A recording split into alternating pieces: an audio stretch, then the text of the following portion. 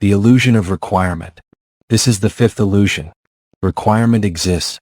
The existence of insufficiency led rapidly and inevitably to the idea of the next illusion. If there were enough stuff, there would be nothing you would have to do to get whatever it was that you wanted or needed. You would just reach out and it would be there. But that is not how humans decided that it is. They said there is not enough. So now they face the question, how does one get enough? How does one qualify? You imagined that there must be something that you had to do in order to get the stuff of which there was not enough. Something that would allow you to lay claim to it without argument. This is the only way that you could figure out how to get everything, including God, divided in your favor without killing and squabbling. You imagined this to be the requirement. You told yourselves that fulfilling it, whatever it was, is what it takes. That idea has held firm to this very day. If anything, it has grown stronger. You believe that when you do the things you need to do, you can be the things you want to be. If you want to be happy, if you want to be secure, if you want to be loved, then there are things you are going to have to do. You cannot be these things unless you have enough. And you cannot have enough unless you do what it takes to get enough, to qualify for enough.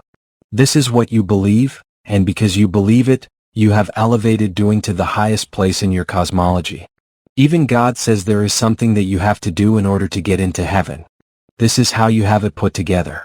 This is the requirement. Mind you, now all of this is based on the third illusion, that you are separate. When there was only one of you, there was always enough, and so, there was nothing you had to do in order to be anything. And that idea of separation was based on the second illusion, that failure exists. Because God failed to get what he wanted, he separated all humans from him. And failure was based on the first illusion, that need exists.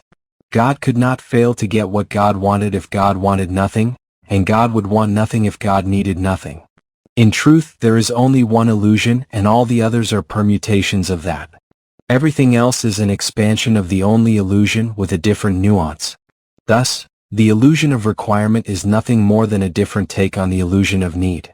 Similarly, the illusion of insufficiency is a different take on the illusion of need, as is the illusion of failure, and so on, through all the illusions of humans. You will see very clearly as you explore each illusion, that each is an outgrowth of the illusions that have gone before. It is like watching a balloon being blown up.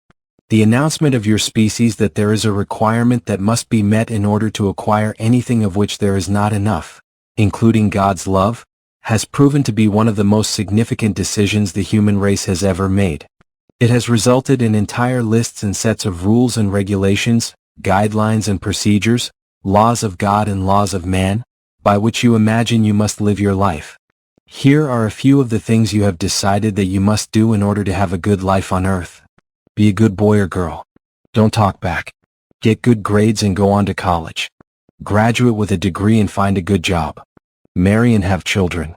Be good parents and give your children more than you were given. Be cool. Do as you are told. Don't do bad things, or at least don't get caught. Follow the leader. Don't ask too many questions and don't ask any of the wrong ones. Keep everybody happy. Do not include yourself in the group of people you are trying to keep happy if it may mean excluding someone else from the group. Don't impose on anybody, especially when you get old. And here are a few of the things you have decided that you must do in order to please God and get into heaven. Don't do anything bad, and forget about not getting caught because you will. If you do something bad, for God's sake, beg forgiveness and promise never, ever to do it again. Be a good boy or girl. Do not play with yourself. Do not play with anyone else either. Not that way.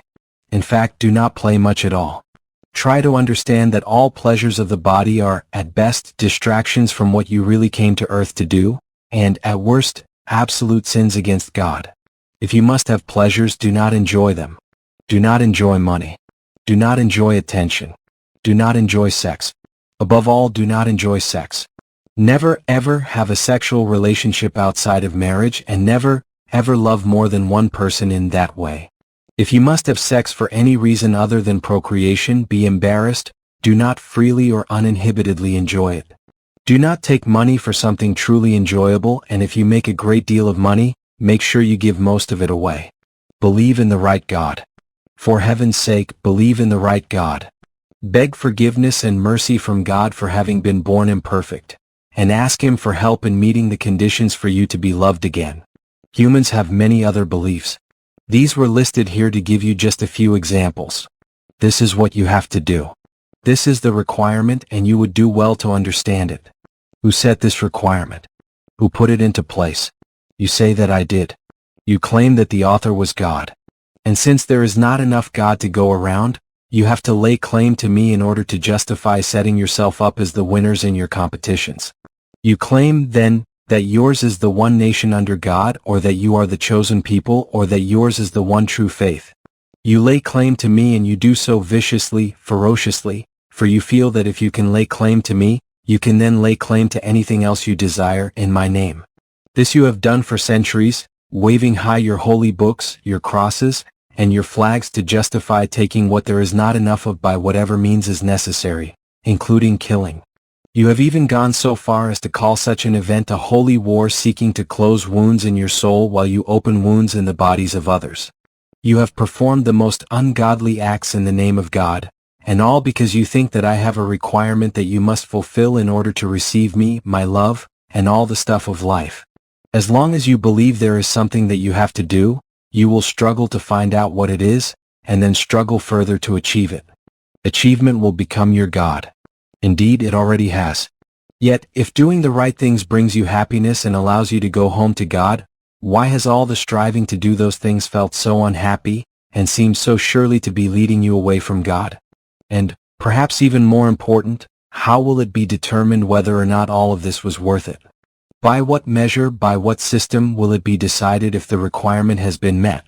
This is something you did not know. This was the question that humans began to ask. Clearly, there was a flaw in the fifth illusion. This should have revealed the idea of requirement as false, but humans knew at some very deep level that they could not give up the illusion, or something very vital would come to an end. Again, they were right. But again, they made a mistake. Instead of seeing the illusion as an illusion, and using it for the purpose for which it was intended, they thought they had to fix the flaw. It was to fix the flaw in the fifth illusion that the sixth illusion was